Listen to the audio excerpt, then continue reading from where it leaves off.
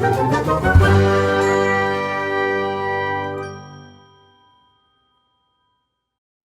is up, ladies and gentlemen? It's Andy with Andrigan Gaming, and I am back. Guys, I am so elated to report to you that I did it. I finally completed my first Wildskeeper Reive, and I am just so hype about it.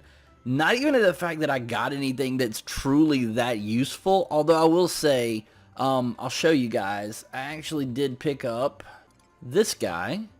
I am planning on leveling Dragoon soon, so who knows, maybe it'll come in handy.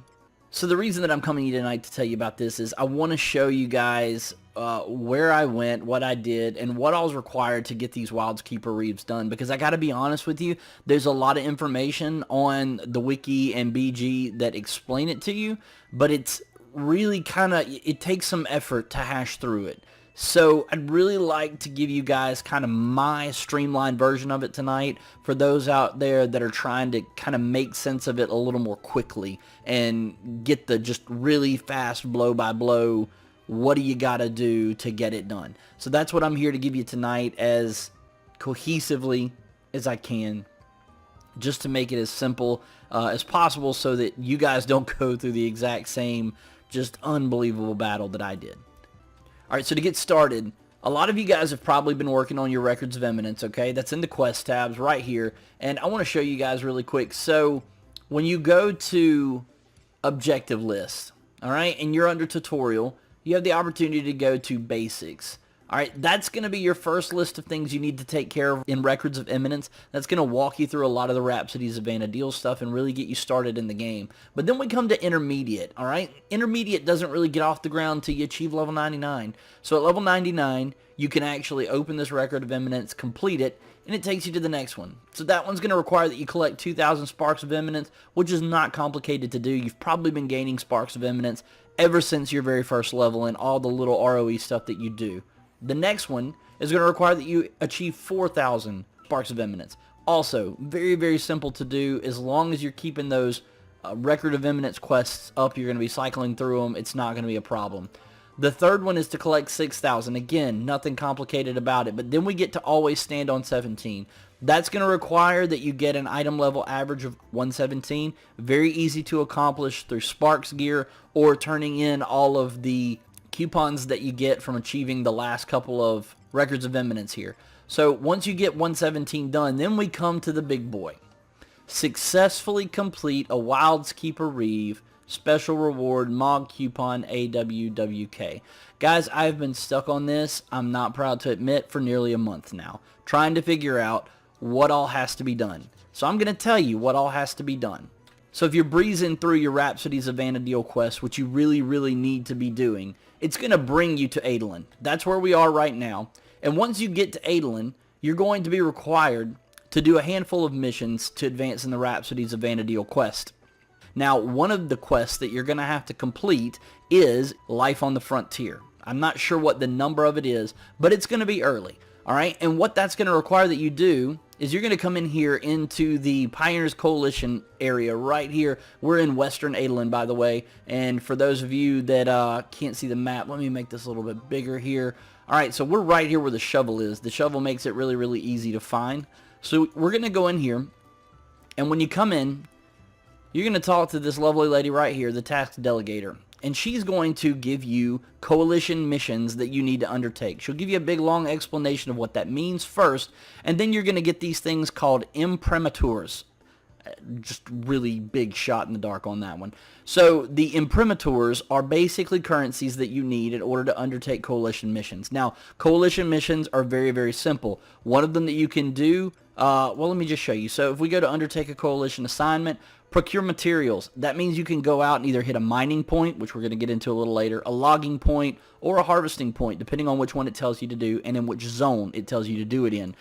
Your next option is going to be Clear the Way. Clear the Way is just going to be a colonization reef. You can find them all over the place out around Seasick Battlegrounds. They're not hard to come across. You'll notice a gigantic piece of wood stretching from one side of the path to the other, and when you get up to it, there are going to be 3 points that say Gnarled Roots. There are also going to be enemies surrounding that with swords next to their names. That is a colonization reef. All you need to do is unlock logging, which is actually the easiest coalition ability in Adolin to achieve. Once you unlock logging, you're going to have an opportunity to walk up to those gnarled roots and attack them. Now, if you don't have logging unlocked, you're not going to be able to attack those gnarled roots. It's really important that you unlock that first. Good news is, it's not hard to do. You just walk out here into Seasick Battleground, you talk to one of the NPCs, which you can easily find on BG Wiki, and you go through a really brief quest that doesn't take long at all. Once that's unlocked, you're going to have the opportunity to take out those gnarled roots and finish your colonization reefs. Now, here's where things get tricky, because in order to pass Life on the Frontier, you're going to have to complete missions using 20 of the Imprimaturs. Now, you get 3 at a time. You can actually commit 3 of them into one mission. So you can technically use them 3 at a time. Now, here's the hard part. When you go down to check Imprimatur distribution time, the next batch of Imprimaturs will be distributed in 180 minutes. Now, that's 180 real-life minutes. Basically, what that means is Life on the Frontier is an extremely time-gated portion of this progression system. It's going to take time, guys. You're going to have to stick with it. My suggestion would be to go out and do some other side missions that can net you a little bit of extra fame here in Adolin, because that's going to help. And not only that, but maybe get through some of your old mission, like for your rank with your home country, or maybe some Zalard or Promethean missions. It's a good way to spend some of your time. But also, you can be spending time doing some of these next things that are required to get to that Wildskeeper Reive. And those are your logging skill, which we kind of already talked about. It's very easy to unlock whenever you go out into Seasick Battlegrounds. But the more challenging part is going to be that you're going to have to unlock mining, which is demolition. You're going to have to unlock climbing, and then you're also going to have to unlock watercrafting. Now, watercrafting was one that was a little complicated. I'm not going to sugarcoat this, guys. It's going to be a pain, because you've got to get to some of the Adolin zones that you probably haven't been to yet. And just like anything else in Final Fantasy XI, they're not straightforward. There's a lot of running around connection points. You probably don't have the maps at this point. So, to be honest, it is a little difficult. I highly, highly recommend, if you're using Windoward, that you download this map add-on, because the great thing about that little mini-map is even if you don't have the map for the area, it still gives you the full map up in that mini-map, and you can zoom out and zoom in. It has been an absolute lifesaver on this leg of the trip. So once you unlock, and I really do want to stress this, guys, you absolutely do have to have watercrafting, climbing, and demolition all unlocked, as well as logging, to be able to progress, because there are going to be some of the previous steps, things in the way before you can get to the next. And honestly, I believe that the way I had to unlock it was logging first, watercrafting second, demolition third, and climbing fourth. So if I'm not mistaken, that's the order that I had to go in to unlock it all. Each one of those quests deserve their own video, so I'm not going to try to cover them right now. But you do have to get it accomplished in order to move forward with the Wildskeeper Reives. So what's going to happen is, once you unlock all of those, and you finish the Lights on the Frontier mission, you're going to go back in here to the Pioneers Coalition, and you're going to talk to Brenton, which is the guy right next to the lady that's been giving you these Imprimaturs. Alright, so Brenton, when you come up and you click on him, he's going to have a conversation with you about a dinner party. That's going to require you to go into Eastern Adolin, go up to the palace, and go through an extremely long cutscene with a lot of dialogue and a lot of reading. Now, the great part is, once that's finished, you automatically move to the next leg of your mission, and you're able to actually unlock the Wildskeeper Reives. Now, the last thing that I want to show you guys tonight before I get into the next portion, which we're going to accomplish later, is I want to show you where the Wildskeeper Reive guy is and how that works. Alright guys, so here we are in Eastern Adolin. I just hit the home point right here, and that brings us to the perfect spot, because what we're going to do is we're just going to run down here. You guys can kind of follow me up here on my mini-map. I'll bring the position up once I get there though. We're going to run down here, back towards the Western Adolin zone, and we're going to see this guy right here, Demian. Now, Demian is my man for all things Wildskeeper Reive. When you talk to him, he's going to go through an explanation, and spoiler alert, you're going to find out he's from Juneau, and he wants your help with some inside work. Now, that's going to require you doing a study of some of the really big, bad, notorious monsters that are in the area around Adolin. But in order to access them, number one, you're going to need all of those abilities that I told you about earlier, which is logging, demolition, climbing, and also watercrafting. So in order to get to the various notorious monsters, you're going to have those things unlocked, but you're also going to have to talk to this guy Demian. He's going to give you a key item that allows you to access the Wildskeeper Reives, and then also he gives you the opportunity to buy devices from him that let you access individual Wildskeeper Reives. Now, I will tell you the only one that I've done so far is the Briarproof Net, which is the giant bee, and that one was pretty straightforward. I feel fortunate because there were a proverbial monsoon of people in the zone, and we were able to drive her down pretty quick. The great part about Wildskeeper Reives, guys, is it is not you versus them. You can summon trusts. It is an open battle area just like any other Reive, and so everybody in the area can contribute to the fight, and everybody still gets rewards. It's absolutely incredible. And I will tell you, some of the rewards that I got were pretty great. I'll show them to you in a sec.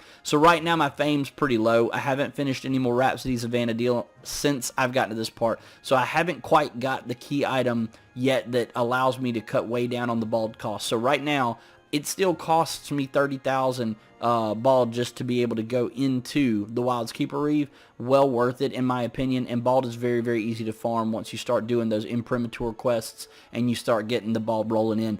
It's very, very simple, guys. So here's all the different key items that you can get.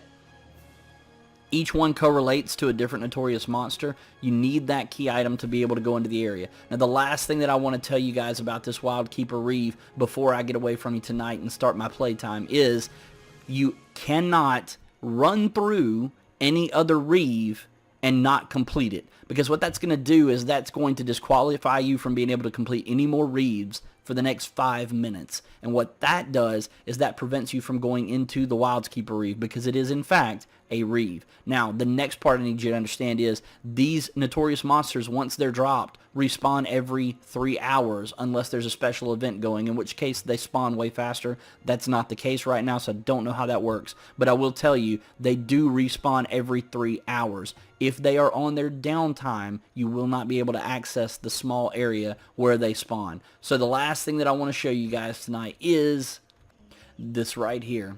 So there's a home point crystal right outside of the access point for the Wildskeeper Reive, and I'm going to show you guys. I highly recommend that you Google the maps for each individual zone to find out exactly where the Wildskeeper Reive area is. And you will need, like I said, those key items we talked about earlier in order to access these areas. But let me show you really quick how that works. So in the Sazik Battleground area, it's right here where I'm spinning my mouse. Okay, but the great part is, from what I understand, there's a home point crystal outside each one, so you only have to run to them once. You'll be able to teleport to them from then out. So right here, if you'll notice, there is a gigantic bush in the way. Won't let me walk any further. You see that. But there's a triple question mark. If you go to the triple question mark, you can click on it, and it says the air grows tense with some strange force. Now, if I were to have the key item for this particular Wildskeeper Reive in my inventory right now, it would give me an option to enter the area. Now, if you walk up to it and it tells you, but there's nothing you can do about it right now, that either means that you've gone through a Reive and you're on a 5-minute timeout, or the Reive is currently inactive. Either way, just camp out around the outside of it for a bit. Eventually, if you keep checking back in, it'll let you come through, and then you'll be able to access that fight. Like I said, guys, it's really not a difficult fight, particularly considering on an active server like Ashura, which is where I'm at, there are usually a lot of folks that are involved in those Wildskeeper Reives. They're waiting just like you are. So the odds are, pull out your trusts, go in, do some melee, and contribute as best you can, and you're probably going to drop them. Real quick, I want to show you guys some of the stuff that I got earlier whenever I did drop the boss. So I picked up this hat Zix, working on that one hard. It's a 115 warrior slash beastmaster great axe, or excuse me, single-handed axe, which is pretty nice. I don't know that I'll ever be able to use it because I'm not really crazy about those classes, but who knows, one day. Also the Telemini, which I really wish was usable by samurai, because I do know samurais have a pretty good polearm capability. I'd love to have tried that out. I got the Cornflower Cape, which is the JSE cape for the Blue Mage. From what I understand, all of your job-specific capes drop from these Wildskeeper Reives, so that'll hopefully come in handy as I am working on my Blue Mage. Also, I got a Luan log. Not really sure. I'm sure that's valuable in some way, shape, or form. And I did get some high purity bald, which is also nice. So guys, honestly, that's about all there is to it. I hope that simplifies it a little bit for some of you guys, because honestly, if I can save you guys a month's worth of research in this 10-minute video or however long this comes out to be, I count it as absolute gain. So last thing I want to tell you guys is I'd really appreciate it if you would like and subscribe. That really helps out my channel. I'm very new to the YouTube scene, but I am trying to grow. I love this community. I love the folks involved in Final Fantasy XI. One of my favorite parts about this game is how open and awesome the community is. Shout out to everybody on the Astro server. If you ever see me running about, please send me a tell and say what's up. I'd love to interact with you guys. And outside of that, like I said, the likes and subscribes really help to get this content out there and let the rest of the world see how incredible this old but amazing game is. Until next time, guys, deuces.